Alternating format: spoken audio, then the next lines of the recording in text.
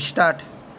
चुनाव प्रचार के लिए जम्मू कश्मीर पहुंचे रक्षा मंत्री राजनाथ सिंह ने यह जो कहा कि पाकिस्तान से उसी सूरत में बातचीत हो सकती है जब वह आतंकवाद को समर्थन देना बंद करे। उसकी प्रतिक्रिया सीमा के दोनों ओर होना तय है। इसका कारण यह है कि उन्होंने यह भी कहा कि पाकिस्तान के कब्जे वाले कश्मीर के लोग भारत से मिलना पसंद करेंगे क्योंकि पाकिस्तानी शासक उन्हें विदेशियों की तरह देखते हैं। यह एक सच्चाई भी है।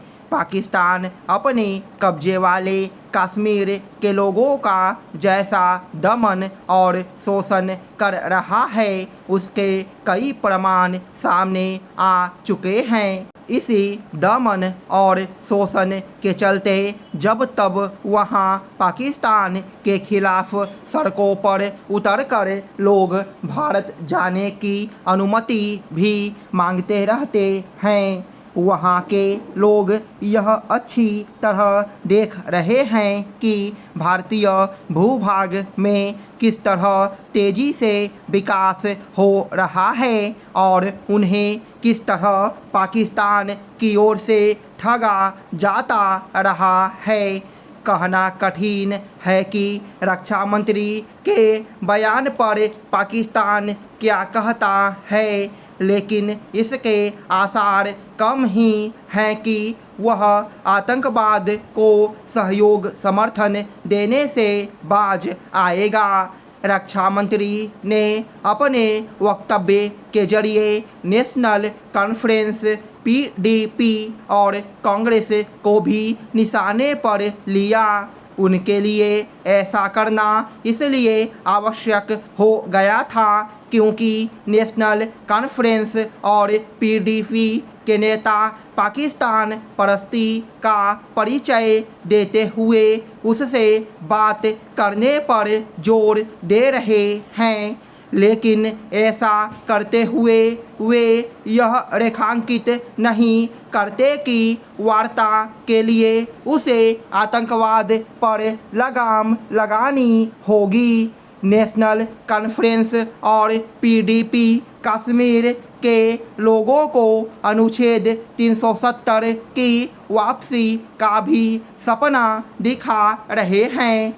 यह दीवा स्वप्न के अलावा और कुछ नहीं, क्योंकि अब इस विभाजनकारी और अलगाववाद को बढ़ावा देने वाले अनुच्छेद की वापसी संभव नहीं और इसीलिए रक्षा मंत्री ने डंके की चोट पर कहा कि किसी माई के लाल में हिम्मत नहीं कि वह इस अनुच्छेद को वापस ला सके।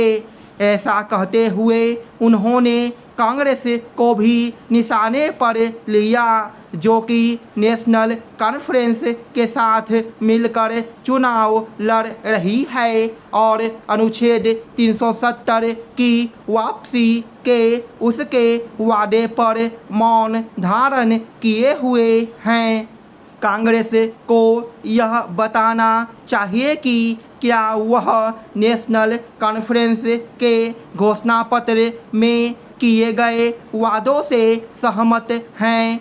उसे यह भी स्पष्ट करना चाहिए कि क्या वह उमर अब्दुल्ला के इस आकलन से सहमत हैं कि संसद पर हमले की साजिश रचने वाले अफजल गुरु को फांसी की सजा देने से कुछ हासिल नहीं हुआ।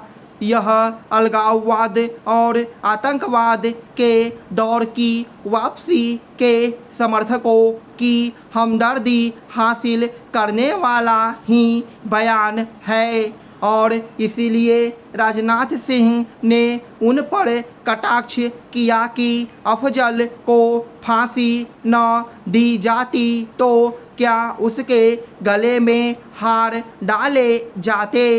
यह विडंबना ही है कि कांग्रेस उमर अब्दुल्ला के इस बयान पर भी चुप्पी साधे हैं, जबकि उसे फांसी की सजा मनमोहन सिंह सरकार के समय दी गई थी। प्रदेश में अभियान के रूप में भूमि सर्वे चल रहा है। सरकार का प्रयास है कि सर्वे में सभी भूमि मालिकों की भागीदारी हो, उन्हें सर्वे में किसी तरह की दिक्कत न आए। इसके लिए प्रदेश के साथ जिला स्तर पर निर्देश दिए जा रहे हैं। हर दिन सरकार और भूमि सुधार एवं राजस्व विभाग की ओर से समीक्षा में सामने आने वाले विषयों पर ध्यान दिया जा रहा है। हर दिन आदेश निर्देश भी जारी किए जा रहे हैं। बावजूद इसके लोगों को किसी न किसी तरह की परेशानी का सामना करना पड़ रहा है। स्टॉप।